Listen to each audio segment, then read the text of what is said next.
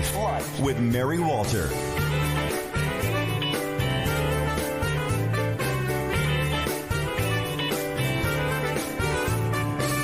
Hey, are you kidding me? The truth about Sydney, she's got a problem with the opposite sex. And if you don't like boys, don't you like boys' toys? Then also laugh at you and she would connect.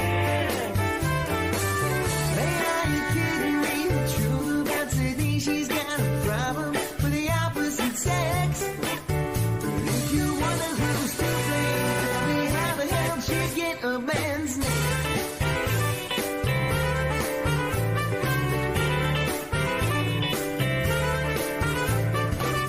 Her partner Rachel, she went out to get a facial and she came home with her hair on a mess. She smelled like perfume with bones and painted fingers, painted toes, and a freaky grandma lipstick stain on her dress. Her partner Rachel, she went out to get a facial and she came home with her hair on a mess. Well, Sydney thinks they are exclusive, but her Rachel is elusive at best.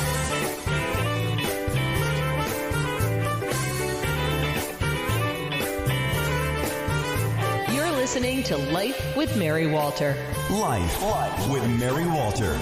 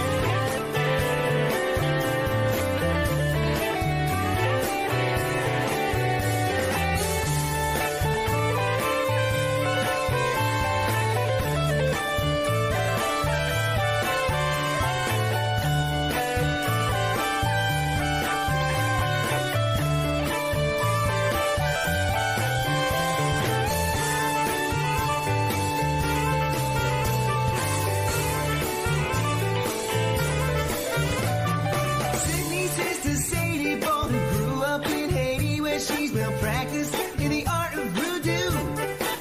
But next time nature calls, thanks to Sadie's voodoo dolls, they'll be burning like a fire for you. No, her sister Sadie both grew up in Haiti, where she's well practiced in the art of voodoo. But with her love reunion, Rachel won't be flirting, no. Life with Mary Walter. Oh, yeah, yeah.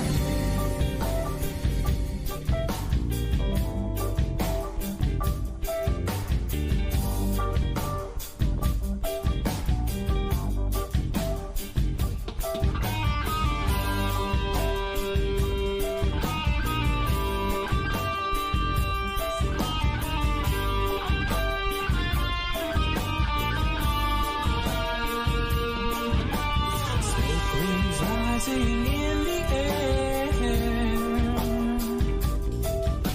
and words said on paper that you don't even dare to share. With all your friends gathered all around to hear this sudden slippery sound. Take 'em back to where you once belonged. Show them everything you've got. Take 'em back to where you once belonged. This is your big shot. Take 'em back to where you once belonged. Show 'em what you got. Take 'em back to where you once belonged. This is your big shot. You're listening to Life with Mary Walter. Life with Mary Walter. Life with Mary Walter.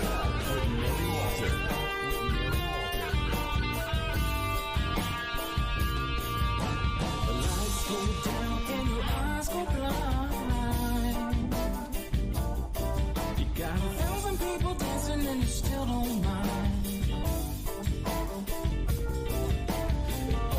the gym and you lose control. Well, nobody's even sure this is rock and roll. Take 'em back to where you once belonged. Show them everything you've got.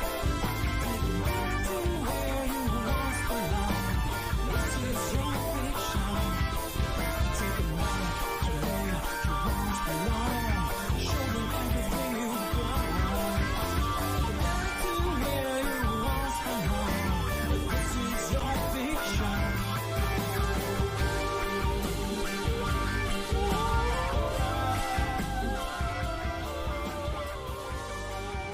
And welcome to Life with Mary Walter. I am Mary Walter, and this is my wonderful, beautiful, amazing friend, Christine Flowers, incredibly talented young woman as well. Thank you for joining me. Oh, I love that you called me young. I'm young. I'm older than you, and thank you very much.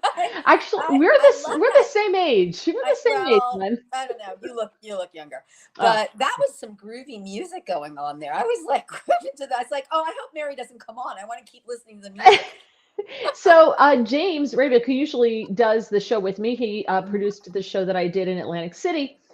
He has a band, Three Noodle Stew. It's the number three, and then Noodle Stew. You can find him on YouTube.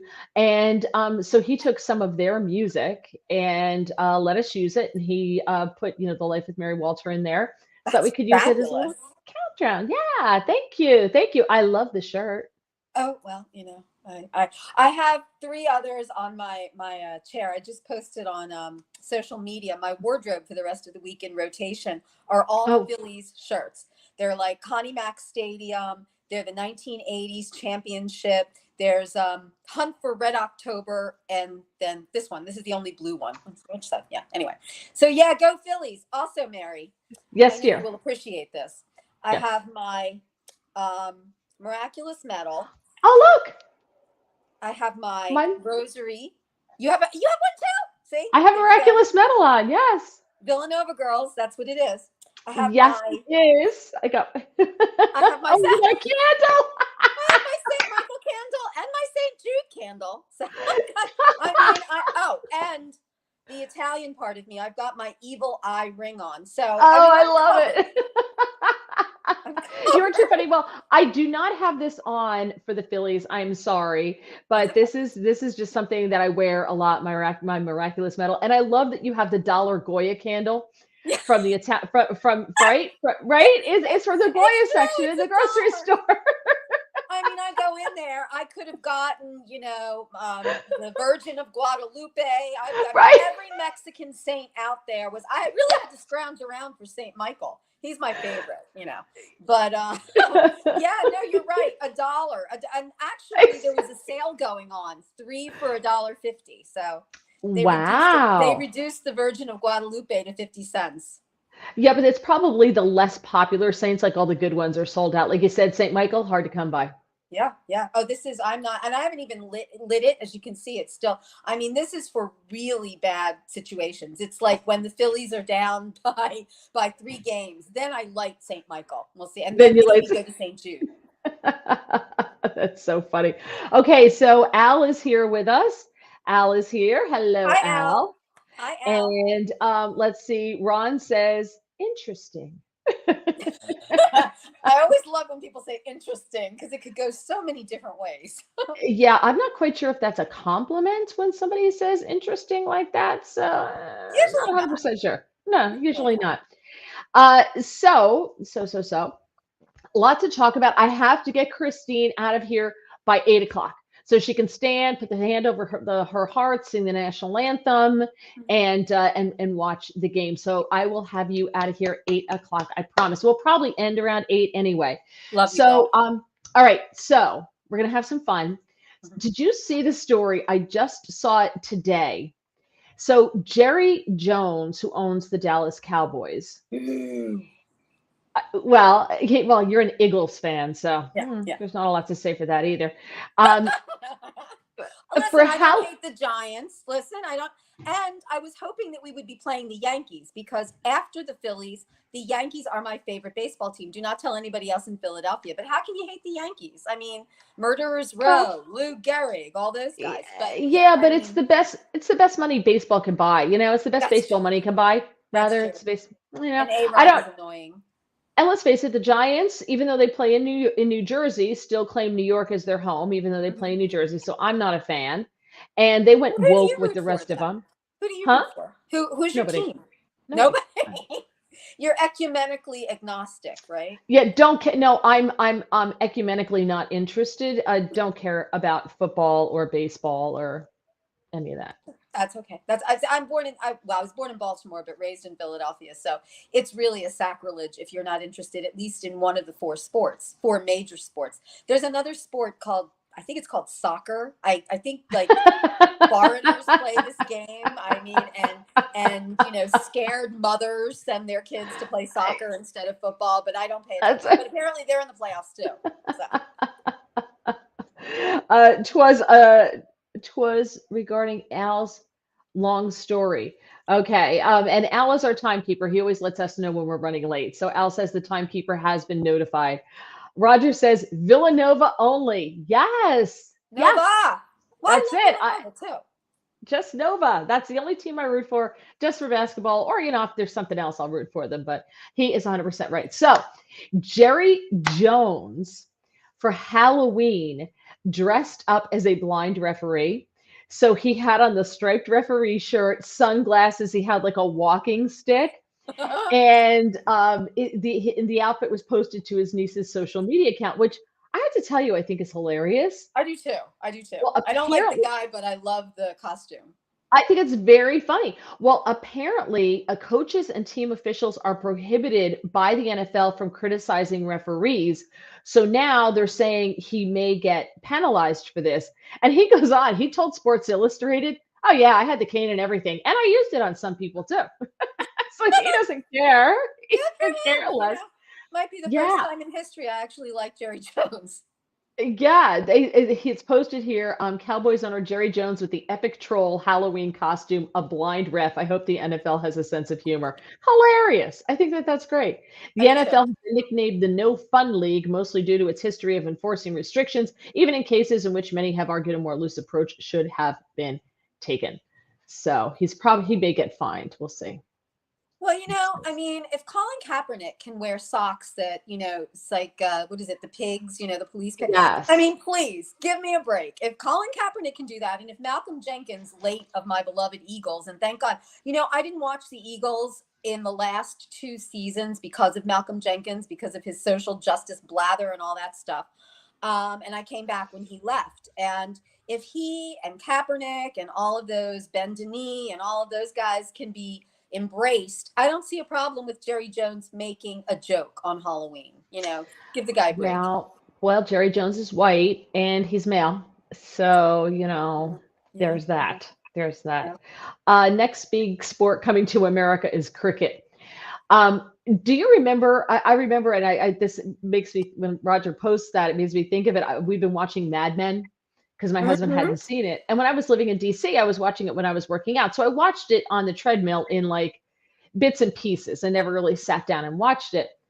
So in the beginning, they had a whole thing about highlight. And when I was a little kid on New Jersey radio, New Jersey television, because we would get New York. So we had the big three, ABC, NBC, CBS. But then we also had Channel 5, which is now Fox 5, which is whatever Channel 5 was at the time. And then we had Channel 9. And then we had Channel 11, WPIX 11. Yeah, So I we remember had this. Right. So we had three main channels, then we had three secondary channels, and of course, Channel 13 for PBS. Mhm. And one of the channels always had highlight on because there was this big push for highlight in Connecticut, and it didn't go anywhere. So I don't think cricket's going to go anywhere either. I think it's a little late in the game to be introducing Americans to like soccer. Never really took off on the kid level. It did, but once you get out of high school, maybe college, it's kind of nothing to it.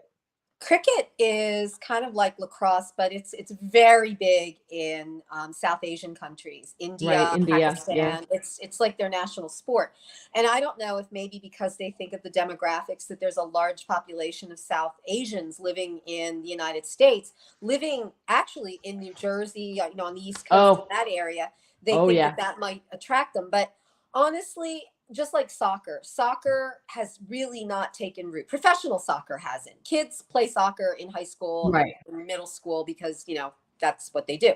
But I don't even see, except for the Duke lacrosse scandal. I honestly don't remember hearing about lacrosse. I mean, those poor kids. But still, I mean, lacrosse. I don't.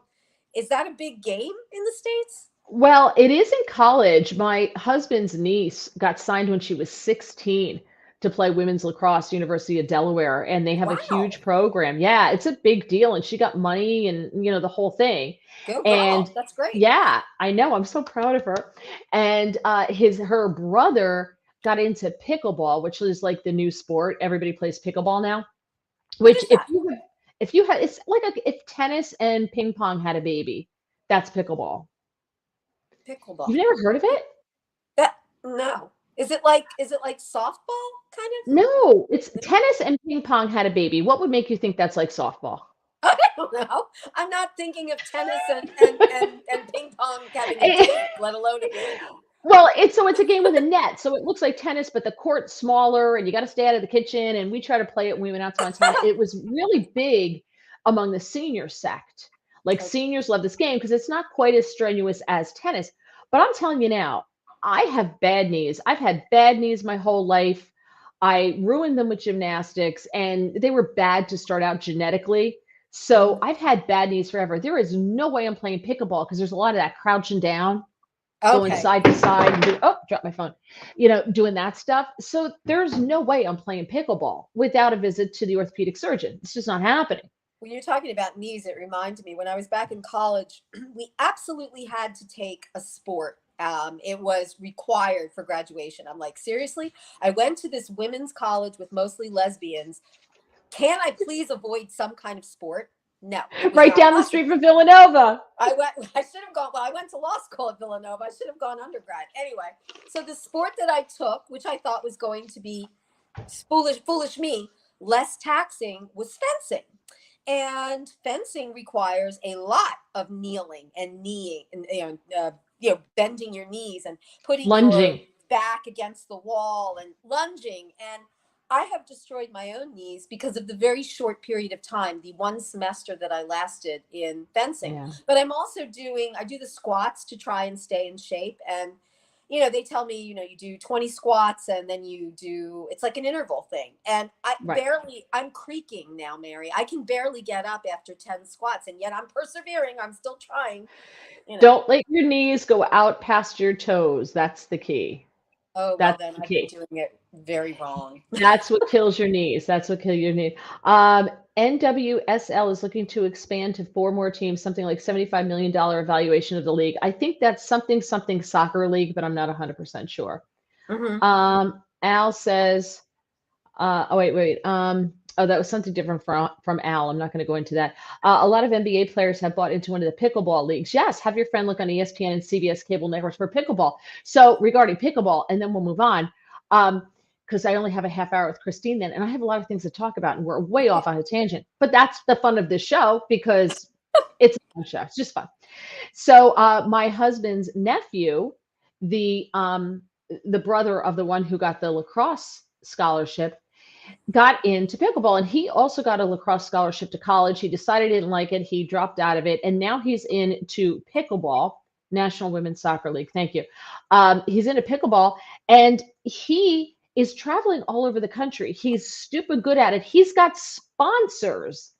He's in college and That's has amazing. sponsors. It's insane. So now that the youngsters are getting into pickleball, there goes the senior sect, Yeah. because the young kids are getting into it now. Because I thought the only sport I have a shot at doing at my age is curling and bobsled, right? Because bobsled, all I have to do is run along next to the sled, jump in and tuck my head down, right? Like that's it. And then just go for a ride. And curling, I can sweep. So I think I'm okay, right? Like that's the one sport you got to do. So I'm good. I thought I could sweep too, and then I played field hockey intramurals when I went to my, all girls Catholic school, and I was so bad, Mary, so bad that they literally they said, "Okay, we want you in a non-mobile position." They made me goalie, which was a big mistake because I let most of it, but they did not want me out on the field. So, I mean, I am a huge fan. I am the best fan in the world. I am the fan that everyone wants to have for their team. I cannot play one sport, not one, There you go. not one. But you know your limitations, and that is half I the do. battle. I do. So let's. I wanted to go into. There's two things I wanted to go into. So let's start with the first, and then I'm going to because I want to end with the last one because I think you'll get really into it, and even if it's 8 o'clock, maybe you'll miss the national anthem. Yeah, Um, yeah. did you see that Hillary Swank announced that she's pregnant with twins? Did you see this? No, I didn't. Okay, she's 48 years old, and she's pregnant with twins. She and her husband's 45, so she's super excited. She made the announcement on Good Morning America last week. And she said, I'm feeling great right now, even with the time. I'm on Pacific. Oh, so because she was a little cross-eyed, she's on Pacific time, but she said she's in her second trimester. Everything is great. She feels great. And Mhm. I thought, 40, she's 48 years old. So when she's teaching the twins to drive, she's gonna be 65. So the kids are going to be learning while mom's in the middle lane on the Garden State Parkway with me just coming up behind her, passing on the right, beeping my horn. When the kids are 17 years old, 16 years old, driving in the middle lane with their 65-year-old mother. She's going to be 72 when these kids graduate college. Yep. She's probably not even going to be alive to see them get married unless she's really, really old. Yeah. I never understood man or woman, and I know men get these women who are half their age and have babies with them because it makes them look virile and strong. I don't know. I think it's kind of selfish. And listen, you do you. She's bringing life into the world. God bless her. That's great. And these kids will be really loved. She and her husband really want them. That's fantastic. But I just look at that. I'm like, what kind of life are these kids gonna have? I mean, they'll have a great life, but mom and dad are going to be old I when they're in I high school. I completely agree, and I've always said this, which is, and I'm with you as far as they're bringing life into the world. I'm very pro-life. God bless her for wanting these children, but this isn't the typical situation when you're talking about pro-life, like somebody accidentally gets pregnant and then doesn't know what they want to do. This is someone Right. who deliberately got pregnant because Right. they wanted these children. I think there is something selfish about having a child that will likely be in their young adulthood when you are elderly. I mean, literally elderly, not in your Right. 60s, not in your 70s, in your 80s, in your 90s. And I mean, I remember when I was in high school, I was the eldest of five kids. My mom had me when she was 23. And then within a 10-year period, she had four other kids. So she had five kids within what, 10 years? I mean, boom, boom, boom, boom, boom, boom, boom. Um, and I remember loving the fact that I had a very young mother. When I was 15, my mother was, what was she? She was 48. No, she was 38 when I was 15. When I was 20, she was 43. This, and my youngest sister, my baby sister still even had a young mother because my mother was 33 when she had her.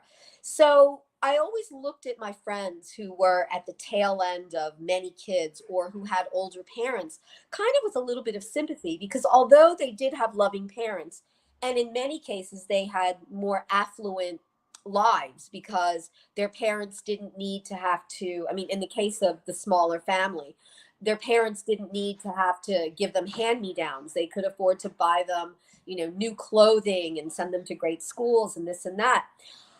There was something lacking, the energy, the newness, the spontaneity.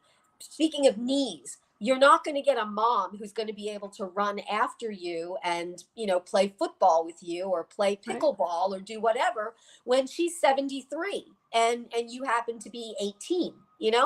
So I think it's more in line with those things like people who hire surrogates to have their kids for them. It's all about the acquisition of, I don't want to say property, but of something that is more about you than about the child. And, listen, that's not in every case. There are young people who have kids who never should have kids. Of They're just, course. youth does not necessarily mean that you're going to be a good parent. In many Right. cases, it kind of undermines your ability to be a mature nurturer and custodian. But all things being the same, you should not be having 50-year-old women having babies. It's just wrong. I mean, adopt. Right. You want a child, adopt a child. And I, adopt I an was older child, not a 10-year-old baby. exactly. Yep, it's exactly what I was going to say because Roger says she has the money for a full support staff, and that's great. But they're the ones who are So raising the what? kid. Yeah, That's exactly. great. So, and here's Al. Al says, "I thought 35 was the cutoff." Al, here's a news flash for you: when a woman hits 35, it all doesn't just shut down. Women, there's not a switch that goes 35, boom, factory shut. That's not how it works. Closed There for are women business who for the remain time. fertile. Like there's someone clearly she's still fertile. She got pregnant at 48 years old. So, it's very, very different from woman to woman, just like it is from man to man.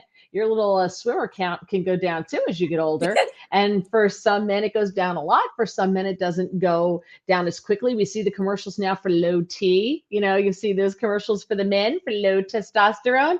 So, it happens to the men as well. Roger said, I had my first child at 36. Yeah, that's not 48.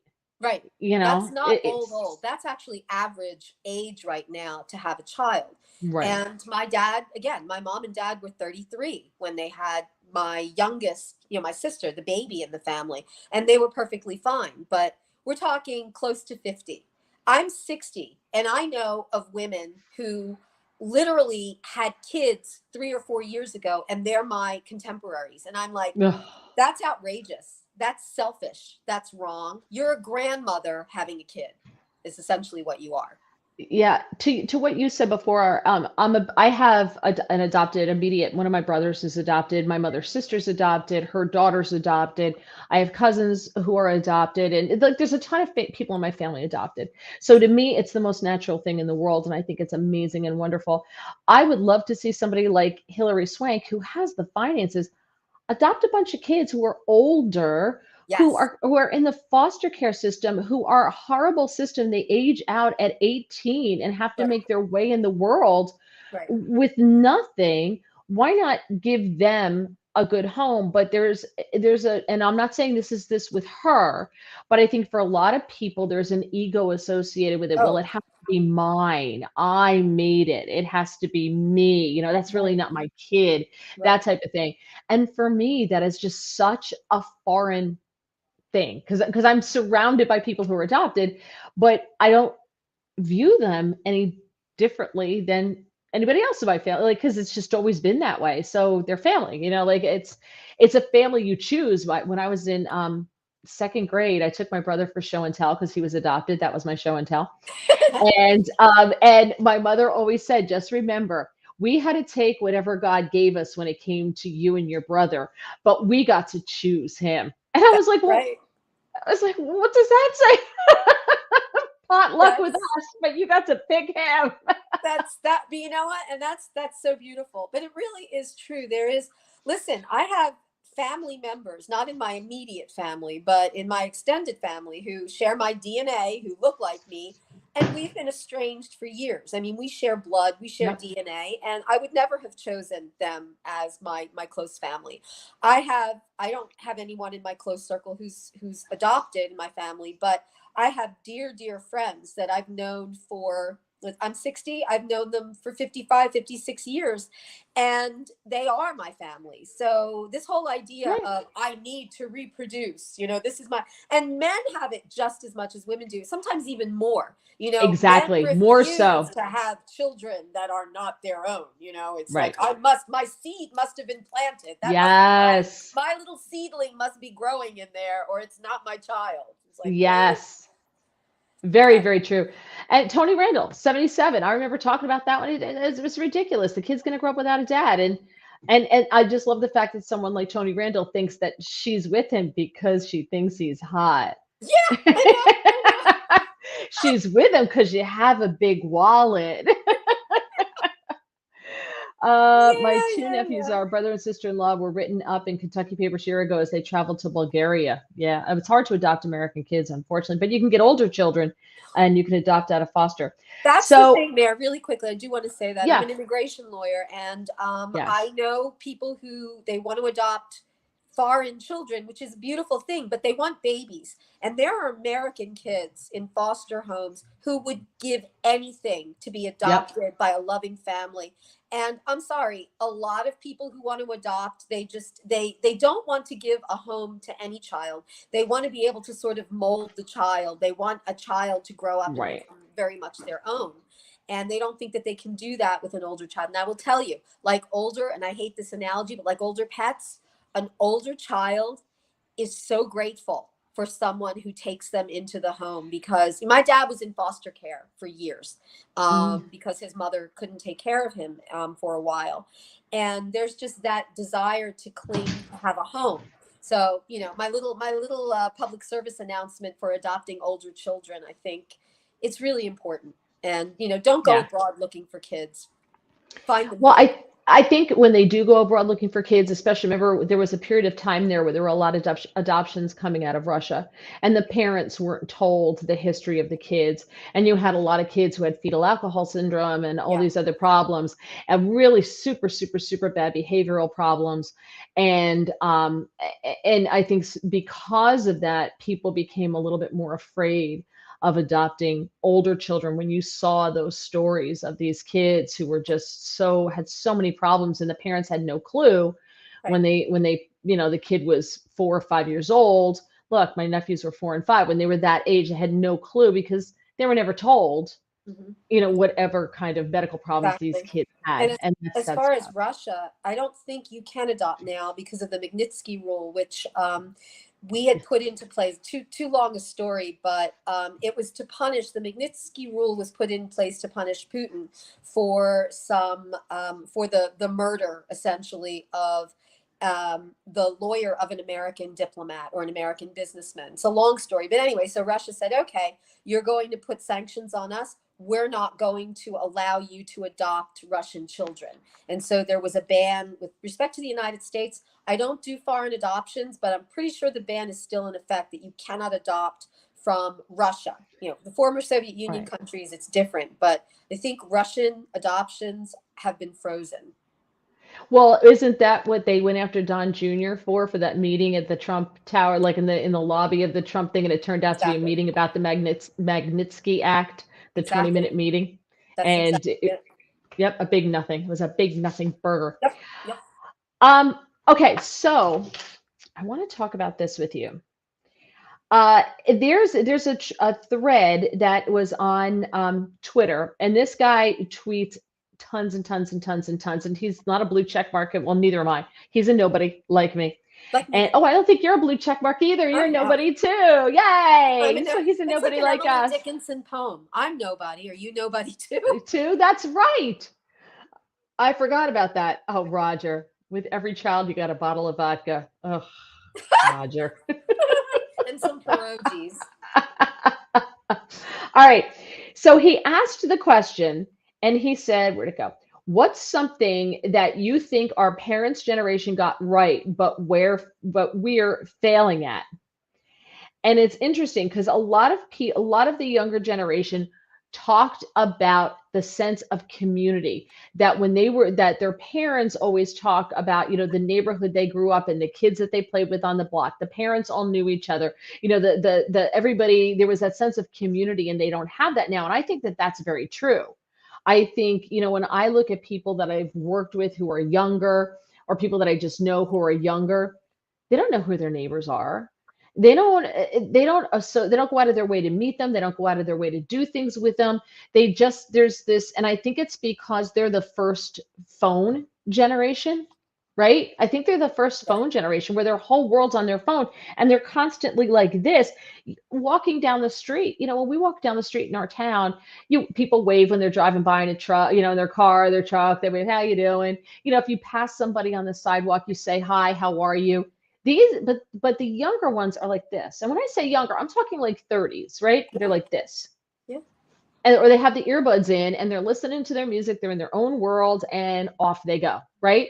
Yeah. So I think that that has something to do with this lack of a community. They also say that unaffordable housing means that most younger people live a relatively transient existence and have nowhere to really put down roots. But I'll tell you, I can't speak for you, but when I came out of college, I bopped around the country. I had a job here. I was in LA, I was in Texas, and then I was back in New Jersey, and I was here, there, and everywhere. And I didn't have social media to keep in touch with my friends.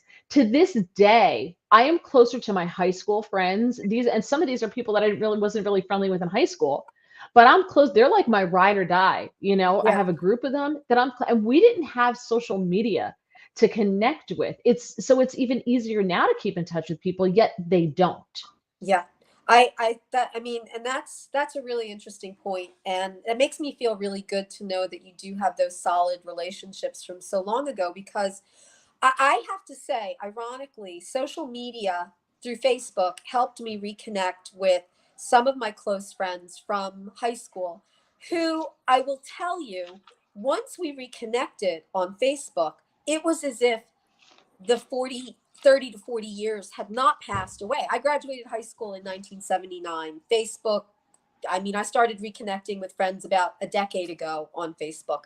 But I will say that it wasn't that we got to know each other again on Facebook. It was the bonds that we had created when we were young were still so vibrant that all we needed to do was to be able to have sort of like some kind of mechanism to Hmm. reconnect those who, and most of them actually still live in the Philadelphia area, which is an interesting thing with Philadelphians. They say that we have the highest rate of never leavers in the country, people who are born here and stay here, or stay in the valley. But I agree with you that young people have lost, and it's not their fault, really. I think society has conditioned them to be much more loners, to do everything, to look at everything from their own perspective. There's a certain sort of social Right. narcissism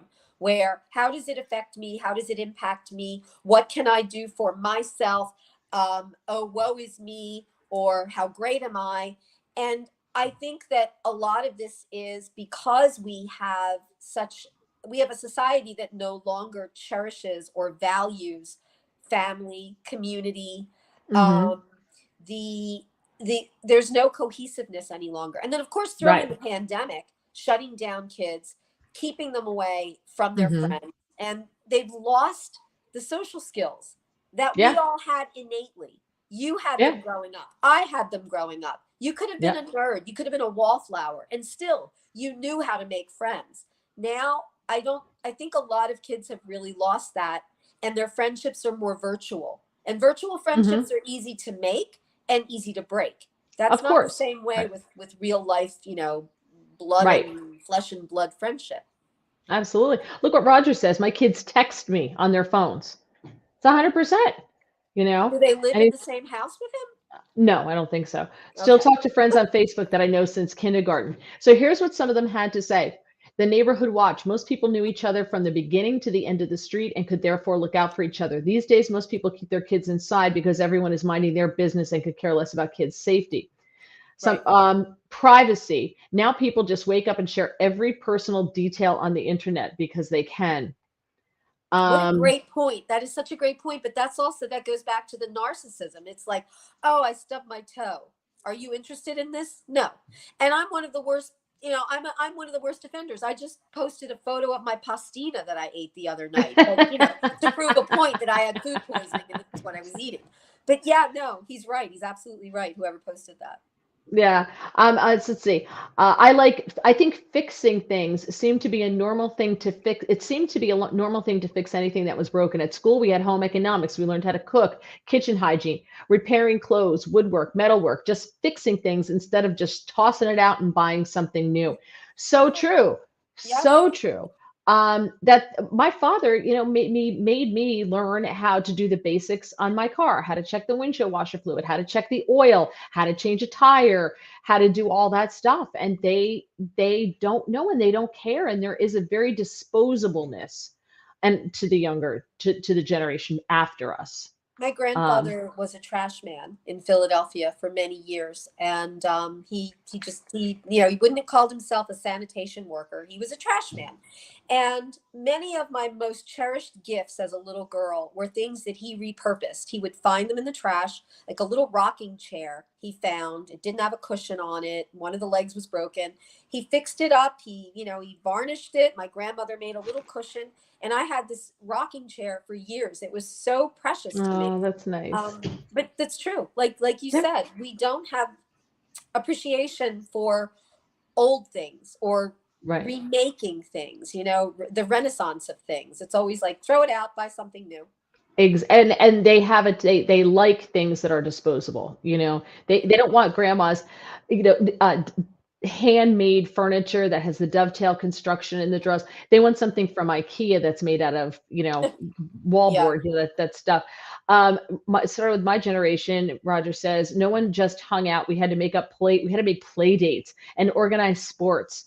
Yeah, the whole play date thing was a bad, bad move. Oh yeah. My kids live in New Jersey. I'm in PA. Yeah. All right. Here's another one. Hospitality. As a kid, I saw my parents give top-notch affordable hospitality to total strangers, even to the point of giving accommodation to someone they totally never knew. Now, in our time, it may not be feasible for security reasons, but even with the reason, that's sad. Someone said phones. You could get loud, cuss someone out on a landline house phone, and slam that thing down. The person on the other end could hear and feel it. The boop of a cell phone call just doesn't give it what That's so it true. That's is. true. Like, yeah, I know. I know. Bro, and you could not break those things. You could take that handle, you could lob it across the room at your brother or whatever it was. Never broke. That's right. Never ever broke. Indestructible. My They're gonna favorite were find the it. princess phones because it had a nice wide, receiver, like bam, Yep. You don't want We to did take me not out, have a bam. princess phone. Did not have one of those. Roger Ah, says you missed. they don't even teach cursive or how to tell non-digital time on a clock. Yep. Yep. We're a disposable society. 100% true. Let's see. Helping your neighbor when they have issues, bringing food, money, and services to those who are down or going through hard times. So do it, right? Like you can do it. We lost Christine. Is it almost 8 o'clock? She's out Sorry, sorry, seven sorry. minutes early. You're out Sorry. 7 minutes No, no, early. no. You know what? I'm doing this on my cell phone that doesn't make a great sound when you end it, and somebody was trying to call Oh, me, but they're not important. You're much more oh, important. okay. um, the integration of cousins spending holidays together and taking turns to visit families, the whole neighborhood watched, and peaceful coexistence has been gradually displaced. Spending time together as a family, there's this bond that was brewed when people spent time physically with each other, mostly in the evenings to laugh and talk about their day. It isn't that way anymore. It's not anyone's fault exactly. Times change. So I don't understand why none of these people can just do that, right? Like, why can't you do that? Why can't you go out and meet your neighbor? Yeah. I don't I, understand. I because maybe they feel uncomfortable, maybe they want to do it and they're apprehensive as to, the reaction that they're going to get from the other person. But you never know until you try, until you make that overture. I live in a condo right now.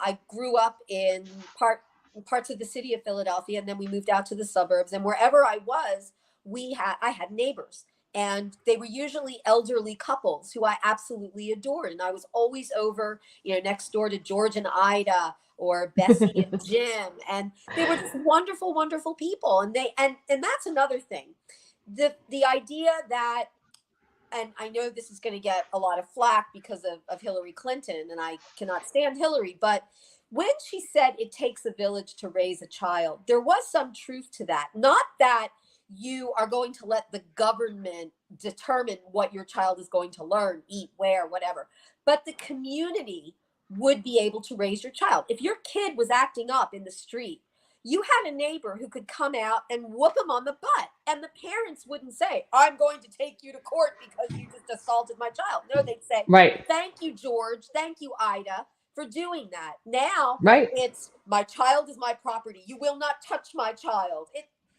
and there's not that sense. So maybe I agree with you. We should be able to do that, but people are apprehensive maybe as to how their neighbors might approach a more open Right. relationship like that. Well, I don't know. All I can tell you is, I've been going in my timeline on Facebook, and it's been 10 years since Hurricane Sandy. And I can tell you that when in an event like that, it's not the government that's coming to help you, and you better know your neighbors, because it's your neighbors are the ones who are going to bring you water because you don't have any. It's your neighbors who are going to let you sleep in their house because your house has, 7 feet of water in it. It's your neighbors that are going to come over, like our neighbor did, and said, "Hey, you lost part of your roof." And we're like, "Oh, no, we didn't," but he could see it from his house. So it's your neighbors who are going to do that. The government's not going to come in and do it for you. I got news. They don't. I mean, FEMA eventually came in, but the government didn't come rolling into town, saying, "Hey, what can we do to help you out?" It's your neighbors who do that. So they better learn how to do it. Yeah, Because know who your neighbors are. That happened with Hurricane Ian. Even though Florida is one of the better states with respect to, government services, at least at the state level, I have friends who lived in Cape Coral, and their oh, I house do too. was Yeah. almost destroyed. And they had really good friends who let them stay at their home, who've been, took their cats in. It's just, it's tragic what happened down there. And I remember Hurricane Sandy. A very good dear friend of mine had, although it affected mostly Central Jersey North and Staten Island and those areas, Ventnor in South Jersey really, Sure. really suffered because of its proximity to the bay. And I had a very close friend who her house was essentially destroyed. And she waited a couple of years to get any money from FEMA and from that insurance. And it was her friends who helped her. So you're absolutely right, Mary. It's love thy neighbor. It's the people who are next to you who are the ones who are going to run to your aid. Watching it, Roger makes a good point. It depends on where you live, but I'm willing to bet there are also a lot of older people who live where he lives. But I think also people choose to participate or not. And if you choose not to participate, you can live in a great neighborhood, but everybody's like, "Oh, who's the guy who lives in that house?" Everybody's like, "Oh, he doesn't want to be bothered." Okay. Right. Here's something else before I let you go here.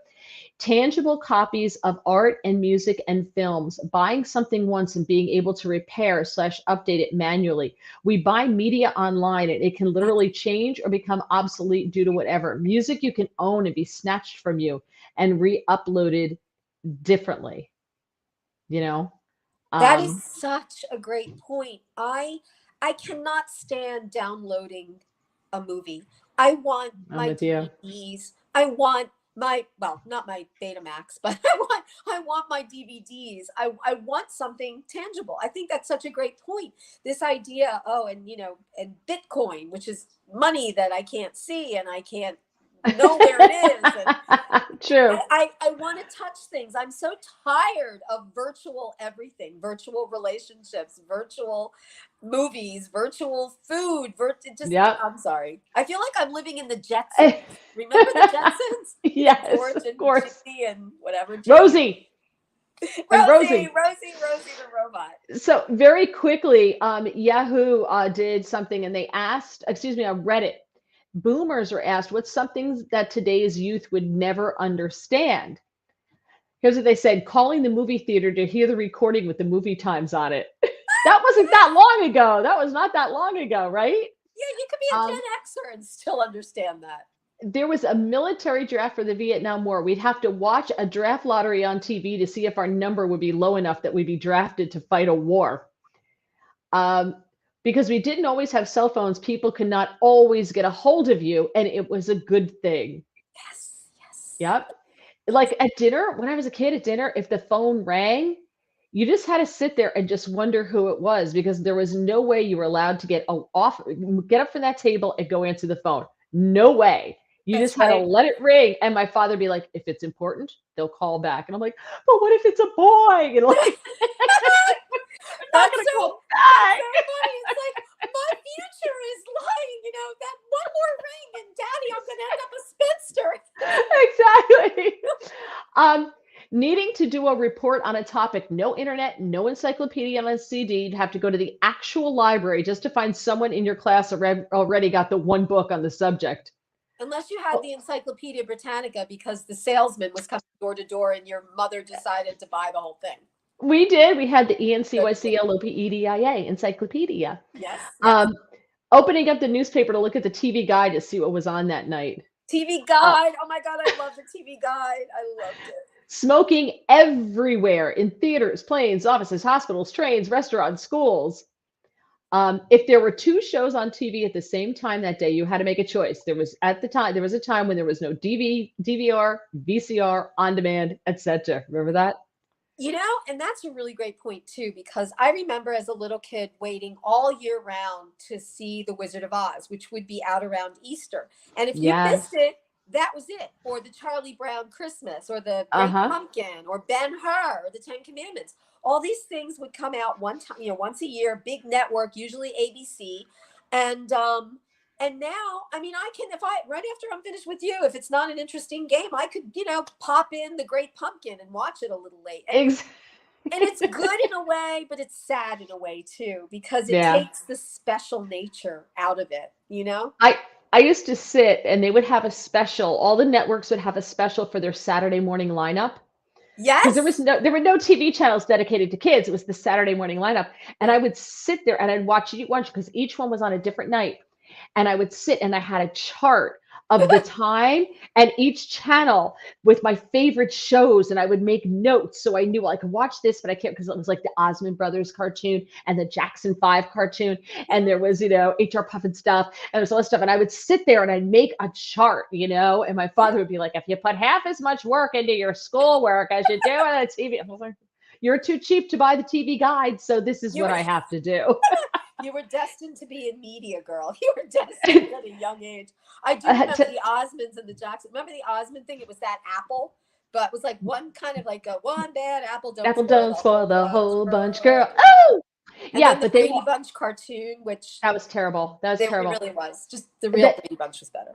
The real horror was that the Jackson 5 was on at the same time as the Osmond Brothers, and you had to choose. And they were on competing networks, and they were both on at the same time on a Saturday morning. So you couldn't watch both, and there was no such thing as a DVR.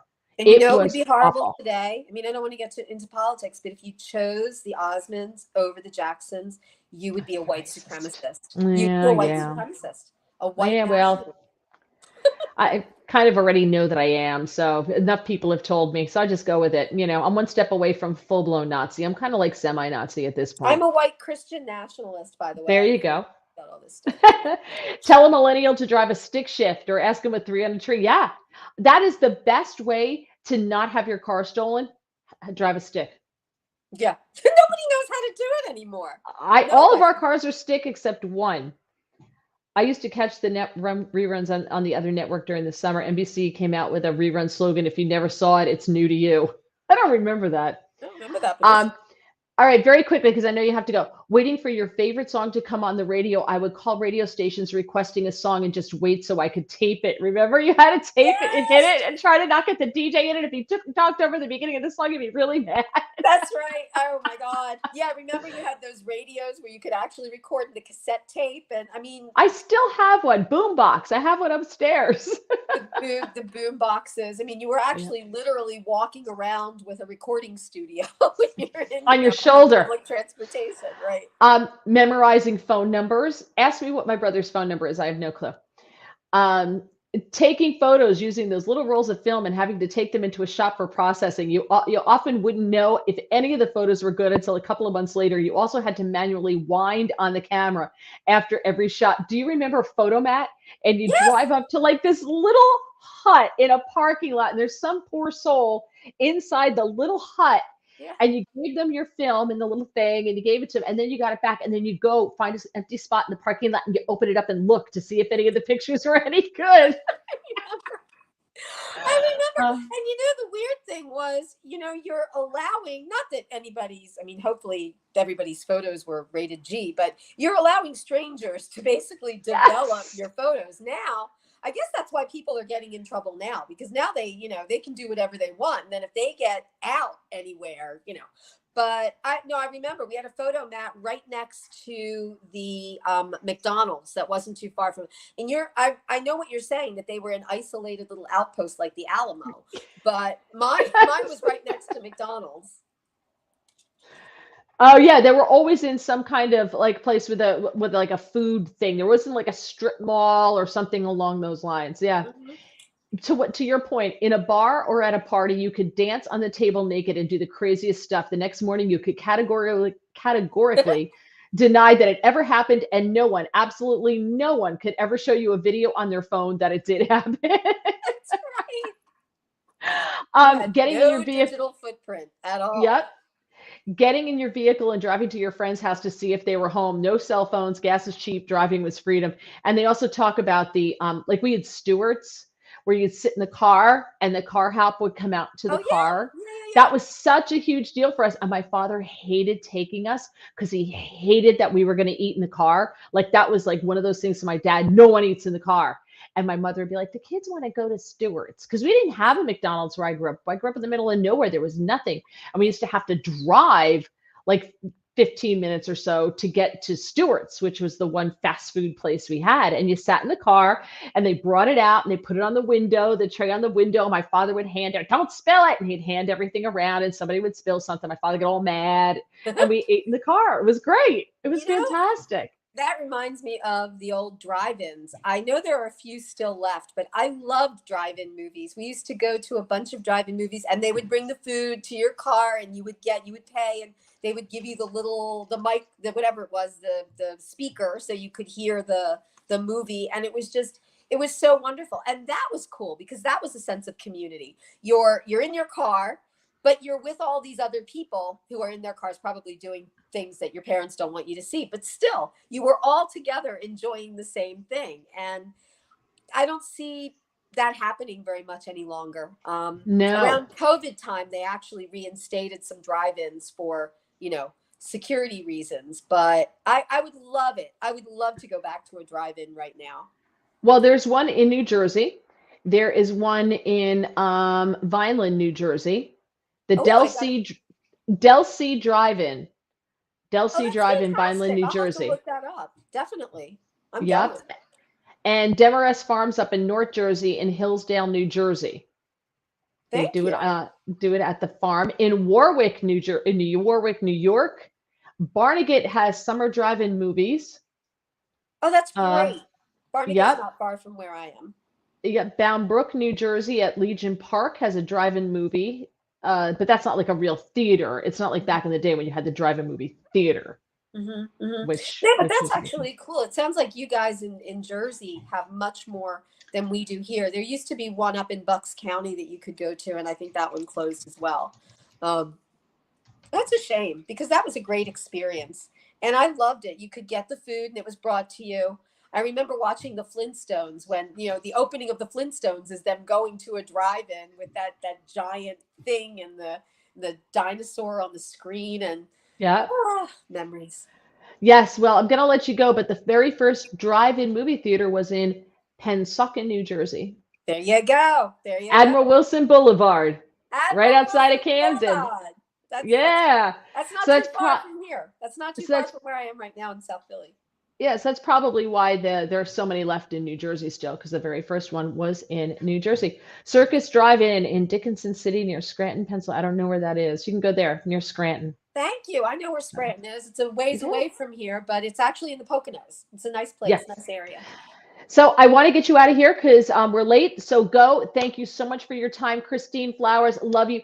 Follow her on Twitter. What is your Twitter handle? Pretty easy. @FlowerLady61. Okay, at Flower Lady 61. Please like the podcast. Please subscribe to the channel. And we are now uploading to Spotify. I also have started to upload, download the audio to Spotify. I'm going to do the same thing. They'll be available on Apple Podcasts as well. But apparently when you're new to Apple Podcasts, they have to review everything. And it takes can take up to a week. So we do have the last show you and I did together is up on Spotify. So this one, cool. yes, this one will be up to ban you from Apple or anything like that. I hope I Well, just search for Mary Walter Radio. Just search for Mary Walter Radio. And this is a lot of fun. Thank you, everyone who joined us. I appreciate it. I will see you Thursday, 7:15 p.m., where we do the political show. And if there's no game, maybe Christine will join us again. That's up to her. Absolutely. But I love you, Mary. You are just fabulous, and you're sunshine, and you're smart, and you're funny, and you've got a great heart. So thank you. Thank you to your loyal listeners. You have a wonderful queen that you follow. I can never change the queen because of a friend of mine who insists that I get called. That I'll tell you the story. My friend Zach. Your friend Zach. Majesty. So, Your Majesty, I think. Well, enjoy the game. Go Phillies. Go Yay. Phillies! I'm going to root for your team. And thank you so much. I appreciate you joining us. And like I said, we will do this again on Thursday. Hopefully, Christine will join us then as well. If not, I'll find someone to join us. Have a great night, everybody. Thank you. Night, guys. Take care.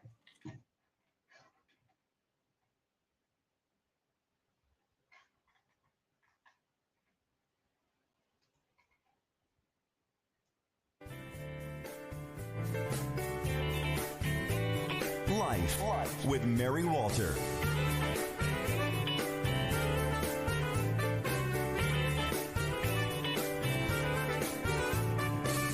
Hey, are you kidding me? Truth about Sydney, she's got a problem with the opposite sex. And if you don't like boys, don't you like boys' toys? Then also let her do and she would connect. Hey, are you kidding me? Truth about Sydney, she's got a